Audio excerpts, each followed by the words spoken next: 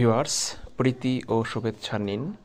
এ মুহূর্তে ইএফটিতে বেতন সংক্রান্ত আপডেট নিয়ে উপস্থিত হয়েছি। দেখুন, এবারে ফেব্রুয়ারির দ্বিতীয় ধাপের প্রস্তাব মন্ত্রণালয়ে একটার পর একটা প্রস্তাব মন্ত্রণালয়ে যাচ্ছে এবং সেটা অলরেডি অনুমোদন হতে শুরু করেছে। আমরা ইতিমধ্যে জানতে পেরেছি যে ঈদের আগে আমরা উৎসব ভাতা অনেকেই মেসেজ পেয়ে গেছে এবং ফেব্রুয়ারি মাসের প্রথম ধাপও বেতনও চলে আসছে। তো এখন দ্বিতীয় ধাপের পালা। দেখতে পাচ্ছেন যে ফেব্রুয়ারি মাসের দ্বিতীয় ধাপের প্রস্তাব অলরেডি মন্ত্রণালয়ে চলে গেছে। এখন প্রশ্ন হচ্ছে যেটা আজকের আপডেট, কতজন শিক্ষক এই ফেব্রুয়ারি মাসের দ্বিতীয় ধাপে বেতন পেতে যাচ্ছেন এবং কবে নাগাদ পেতে যাচ্ছেন।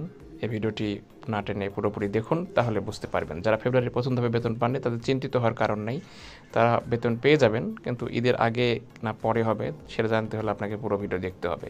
ভিউয়ার্স, চ্যানেলটি যদি সাবস্ক্রাইব না করে থাকেন তাহলে অবশ্যই চ্যানেলটি সাবস্ক্রাইব করুন এবং বেল বাটন অল করে দিন এবং একটি লাইক কমেন্ট শেয়ার করে ভিডিওটি সকলকে দেখার সুযোগ করে দিন। ইএফটিতে বেতন পেতে যে শিক্ষকদের অনেক ভোগান্তির শিকার হতে হচ্ছে, কিন্তু কিছু করার নেই, এটা মেনে নিতে হবে। দেখতে পাচ্ছেন যে মোট 13,111 জন শিক্ষক ফেব্রুয়ারির দ্বিতীয় ধাপে বেতন পেতে যাচ্ছেন। এরপরে হয়তো খুব শীঘ্রই তৃতীয় ধাপের প্রস্তাবও মন্ত্রণালয়ে চলে যাবে, তবে সেটা হয়তো বা ঈদের আগে আর সম্ভব হবে না।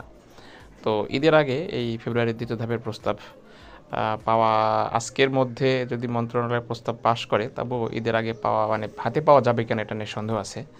তবে আশা করছে ব্যাংকের কর্মকর্তারা যে ঈদের আগেই যদি সেটা অনুমোদন করানো যায় তাহলে তারা চেষ্টা করবে। দেখুন, এমপিভুক্ত শিক্ষকদের আইবাস ডাবল প্লাস ইএফটির ফেব্রুয়ারির দ্বিতীয় ধাপের প্রস্তাব সারের জন্য মন্ত্রণালয়ে পৌঁছেছে। এ ধাপে মোট 13,111 জন শিক্ষক কর্মচারী রয়েছেন। এর মধ্যে স্কুলের 10,249 জন এবং কলেজের 2,862 জন শিক্ষক কর্মচারী রয়েছেন। আজকে যারা কিছুক্ষণ আগে ফেব্রুয়ারির প্রথম ধাপের বেতন প্রাপ্ত হলেন তারা তো খুশি হয়েছেন, তারা তো অনেক ভালোভাবে ঈদ করতে পারবেন, কিন্তু যারা প্রথম ধাপে যারা অন্তর্ভুক্ত হতে পারেননি তারা দ্বিতীয় ধাপে অন্তর্ভুক্ত হবেন।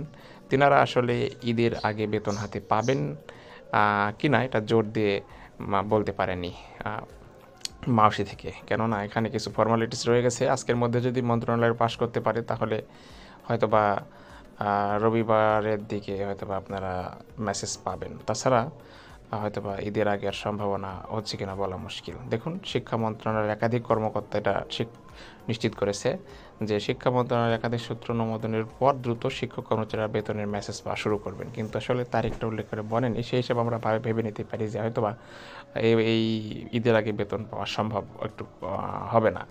আর দ্বিতীয় ধাপের কাজ চলমান তো শেষই হয়ে গেছে, এরপরে তৃতীয় ধাপের কাজ আসবে এবং তৃতীয় ধাপের পরে ক্রমান্বয়ে আবার চতুর্থ ধাপ আসবে। এভাবে 4টা 5টা 6টা ধাপ পর্যন্ত যাচ্ছে, আপনারা দেখতে পাচ্ছেন। তো এটাই ছিল এখনকার আপডেট।